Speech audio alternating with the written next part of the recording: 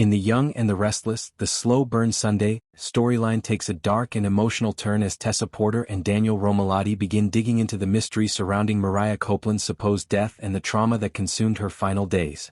The peaceful rhythm of Genoa City is shattered by whispers that what happened to Mariah wasn't an accident, that her breakdown and disappearance hide a crime much deeper than anyone wants to admit.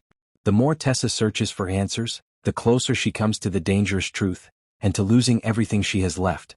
The story begins quietly, with Tessa sitting in the apartment she once shared with Mariah. The music equipment sits untouched and photographs line the walls, fragments of a life that feels frozen in time. It's been weeks since Mariah's shocking death, and though the official report labels it an accident brought on by psychological distress, Tessa has never believed it. The details never lined up. Mariah had been improving, she had therapy support, and she had plans that she'd never leave unfinished. Haunted by her instincts, Tessa decides to reopen the past. She starts small, revisiting the people who saw Mariah last, retracing her steps from that night.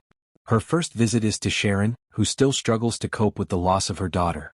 Sharon insists that Mariah's final hours were spent in turmoil, haunted by resurfacing trauma from her kidnapping years earlier. But when Tessa asks for the full therapy logs or the last messages Mariah sent, Sharon freezes. Something in her hesitation tells Tessa there's more than she's letting on. Meanwhile, Daniel Romalotti re-enters the picture. Having battled his own demons and learned how dark the world can get, he immediately recognizes the same pattern in Tessa's determination that once consumed him during his search for Heather. Daniel joins her, offering his help, both as a friend and as someone who knows how to read between lies. They begin working quietly, pulling phone records, security footage, and therapy notes that the police dismissed. It's Daniel who first notices a strange pattern.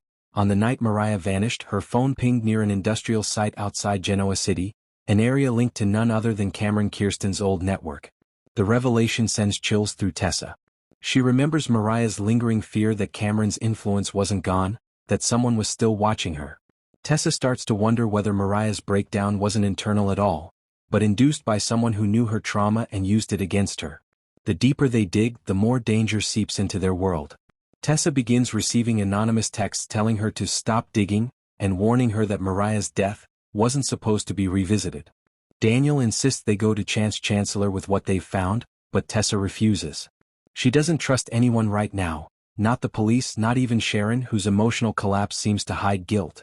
She needs the truth firsthand and she'll risk everything to get it.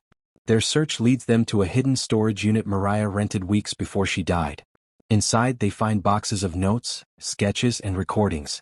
Among them is a small voice memo Mariah made days before her disappearance. Her voice trembles as she speaks. "If something happens to me, it won't be because I broke down, it'll be because someone made me remember what I wanted to forget." The recording cuts off abruptly, but the fear in her tone is unmistakable. Tessa is shattered. She sits in silence, tears streaming down her face, realizing Mariah knew she was in danger. Daniel, steady but shaken, urges her to stop, to let it go before they become targets too. But Tessa can't. This isn't just about answers anymore, it's about justice. The next phase begins when Tessa confronts Sharon again. This time, she doesn't come as a grieving partner but as someone demanding the truth. Sharon finally breaks down, confessing that in the days before Mariah's death, she noticed changes, paranoia, unexplained bruises, and moments of terror whenever she got phone calls from unknown numbers. Sharon admits that she dismissed them, thinking they were signs of anxiety returning, but now she fears that Mariah was being stalked by someone from her past.